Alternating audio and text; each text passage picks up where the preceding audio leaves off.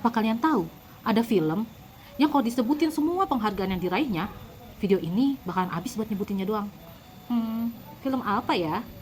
Film apa? Film apa? Film apa? Halo Sobat Sastra, bersama saya Rizky Fujianti, mahasiswi program studi Sastra Indonesia Fakultas Sastra Universitas Pamulang dalam Kritik Cinema. Di video kali ini, saya akan mereview sebuah film berjudul Women from Rote Island, atau judulnya dalam bahasa Indonesia yaitu Perempuan Berkelamin Darah. Dari judulnya aja udah bisa bikin penasaran banget ya.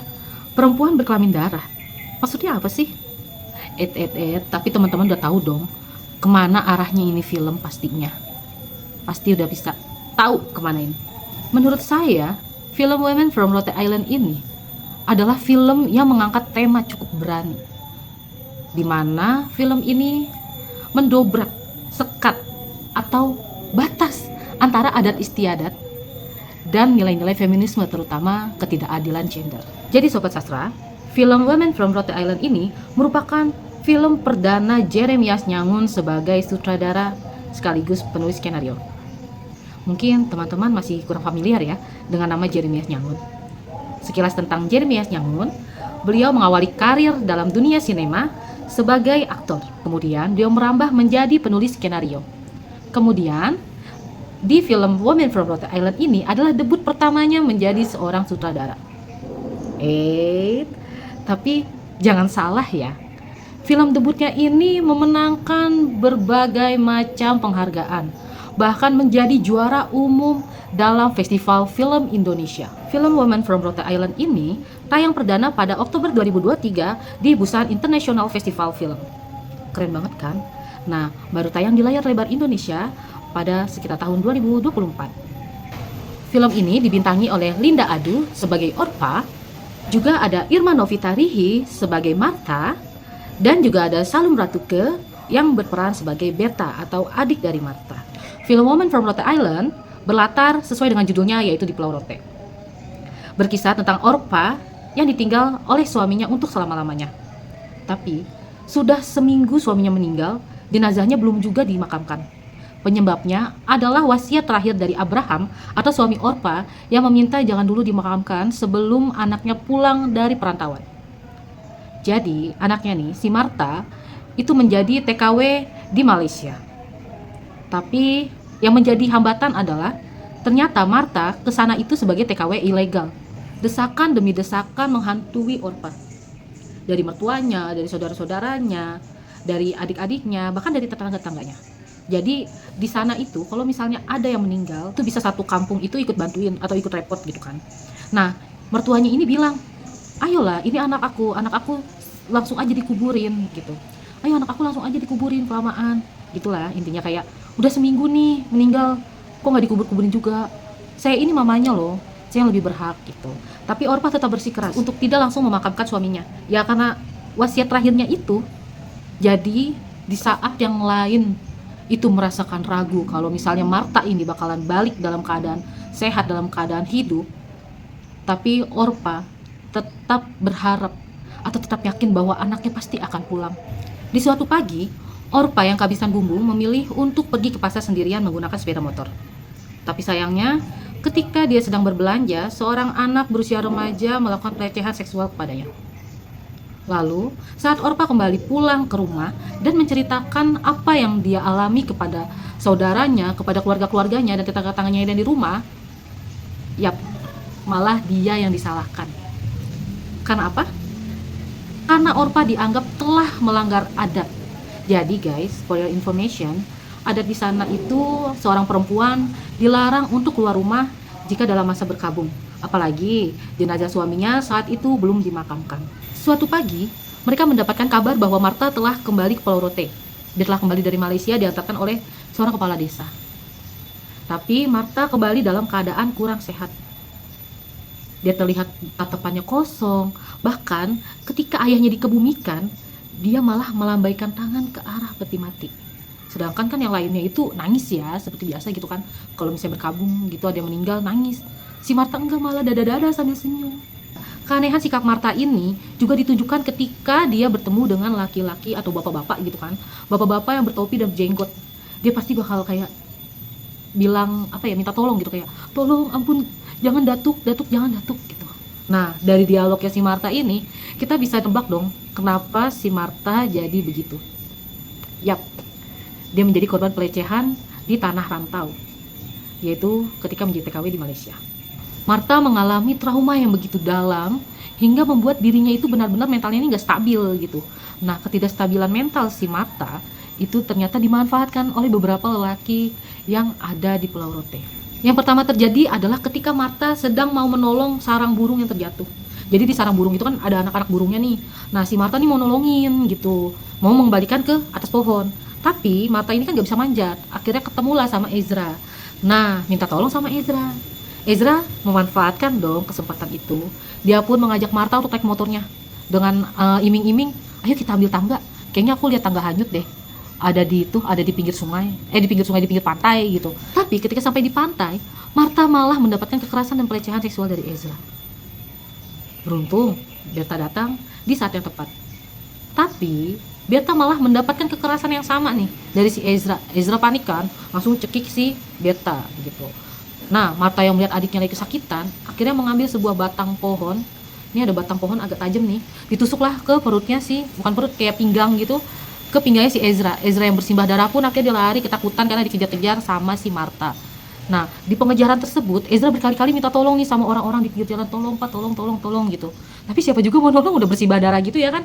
Orang pasti takut lah. Takut kayak, wah ntar bakalan jadi masalah panjang nih apa gimana nih, orang kenapa nih, orang ini rampok apa gimana gitu kan. Akhirnya si Ezra ini ngetok-ngetok rumah satu-satu. Masuklah dia ke rumahnya si Kobis. Kobis nanya kan, kayak nanya, kenapa kamu kok gini-gini gitu, kamu kenapa ya nih ditusuk nih sama Martha nih, Martha gila emang begitu kan. Nah, Martha yang lagi ngejar terus denger ada suara si Ezra di dalam rumahnya si Kobis. Akhirnya tanpa pikir panjang dia ngambil sebotol bensin, membukanya lalu melemparkan tepat ke atas tungku perapian. Dan rumah Kobis pun habis dilalap api. Kejadian ini membuat Martha nih statusnya sebagai orang yang bahaya dan membahayakan kampung. Akhirnya berdasarkan diskusi antara keluarga, tetua desa dan kepala desa, akhirnya mereka sepakat untuk memasung Martha di sebuah tempat. Lalu setelah Martha dipasung, apakah aman? Tidak. Martha tetap menjadi korban pelecehan seksual. Suatu ketika, Berta nih yang pertama menyadari, kakakku kok perutnya besar gitu. Dan ternyata Martha telah hamil 9 bulan. Nah, misal kalian nonton Women from Rhode Island, kalian itu harus jeli nih. Kayak apa buat tahu nih, kayak atau buat nebak nih teka-teki siapa yang menghamili Martha, kemana Berta, siapa yang melakukan apapun itu kepada Berta gitu kan. Kan harus jeli gitu. Karena ada semacam petunjuk-petunjuk yang halus gitu kan, petunjuk-petunjuk halus yang digambarkan di sana.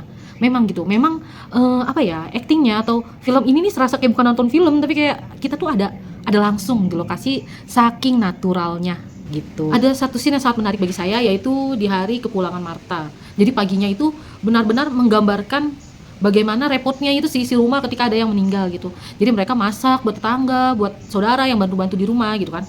Mereka itu kelihatannya kayak apa ya, mobilitasnya itu terlihat cepat gitu, dan transisinya itu smooth gitu kan, halus gitu transisinya. Jadi kesannya orang tuh kalau lihat kayak berantakan banget gitu kan, berantakan banget dari sini ke sini ke sini ke sini, padahal enggak, itu tuh kayak perpindahan yang keren gitu menurut saya. Kayak bener-bener penonton ini diajak seakan-akan berada di ruangan yang sama bersama mereka. Jadi kayak ribetnya itu berasa banget, jadi kayak entar jalan ke sini terus kameranya nubruk siapa, ini kayak gitu. Pokoknya teknik one shoot yang dipakai ini keren banget. Saya sampai kayak berdecak kagum gitu, wah gitu. Belum lagi nih penonton bakalan dimanjakan dengan sinematografi yang bagus, yang menunjukkan betapa kerennya alam yang ada di Pulau Rote gitu. Mungkin kan kita kenalnya ya kalau misalnya yang kayak Pantai Indah paling itu aja gitu, pantai atau tempat yang indah gitu kan. Kita tuh jarang ada yang tahu gitu kalau misalnya Pulau Rote sebagus itu gitu kan. Kayak keren banget, kayak ada bukit-bukit, terus ada ladang rumput yang luas, ada gembala kambing, gembala sapi kayak gitu kan. Pokoknya sinematografinya itu benar-benar top marko, top mantuliti. Ya, ada beberapa simbol-simbol yang dimasukkan ke dalam film ini. Di antaranya adalah ketika Martha melepaskan burung kolibri yang diberikan oleh si Damar gitu kan, sebagai simbol dari kebebasan gitu. Lalu selain itu ya, ada juga poster yang ditempelkan di rumah kosong tempat Berta menghilang. Nah, tulisan poster itu adalah mata Tuhan ada di mana-mana, yang berarti bahwa Tuhan itu maha melihat Lalu ada kutipan yang menarik nih dari film Women from Rhode Island, yaitu adalah laki-laki waras tidak akan melukai hati perempuan karena kita semua lahir dari kelamin yang berdarah. Jadi maknanya sebenarnya ini filosofis ya, bahwa sebenarnya kita ini laki-laki atau perempuan itu terlahir sama-sama dari kelamin perempuan yang berdarah gitu. Kita lahir bersama dengan darah, bersama ketuban gitu kan. Nah, tidak ada di sini yang menjadikan seseorang itu berdasarkan gender atau apapun itu merasa harus diperlakukan secara superior ataupun inferior gitu kan. Belum lagi ada lagi nih satu lagi, memang dialognya Orpha ini emang keren-keren gitu kan. Nah satu lagi nih dialog Orpha yang keren menurut saya itu adalah perbedaan manusia dengan sapi itu adalah manusia punya moral dan punya hati nurani sedangkan sapi tidak. Jadi di sini seakan menyindir sifat-sifat hewani yang terdapat pada diri manusia gitu. Nah, di sini nih ya, Orpha itu selalu menyalahkan dirinya gitu. Dia merasa bahwa nasib-nasib sial atau kemalangan-kemalangan yang terjadi pada keluarganya itu merupakan salah satu hasil atau akibat dari dirinya yang melanggar adat gitu. Nah, diruntut ini beban yang dialami Orpha ini berat sekali gitu kan. Jadi dari film ini seakan menunjukkan bahwa minimnya tempat yang aman bagi perempuan, dan juga perempuan kerap menjadi pihak yang bertanggung jawab atau pihak yang disalahkan bahkan atas kejadian sial atau kejadian atau musibah yang menimpanya gitu. Siapa sih di dunia ini yang mau dilecehkan gitu kan? Aneh banget gitu kalau udah ada yang menanggung kesialan dan tanggung jawab itu dia juga yang disalahkan gitu kan. Nah, kalau dari saya sendiri ya, penilaian untuk film Women from Rhode Island atau perempuan berkelamin darah itu ya, kalau misalnya saya punya 1000 jempol, saya bakal kasih 1000-1000-nya itu buat film ini. Jadi menurut saya sangat pantas sekali film Women from Rhode Island ini memenangkan penghargaan yang diraihnya gitu. Film ini sangat saya rekomendasikan untuk teman-teman yang mencari tontonan yang tidak hanya keren tapi memiliki nilai moral yang sangat tinggi. Oke, sekian kritisian kali ini. Semoga kita dapat bertemu di kesempatan yang lain ya. Wassalamualaikum warahmatullahi wabarakatuh. Dadah.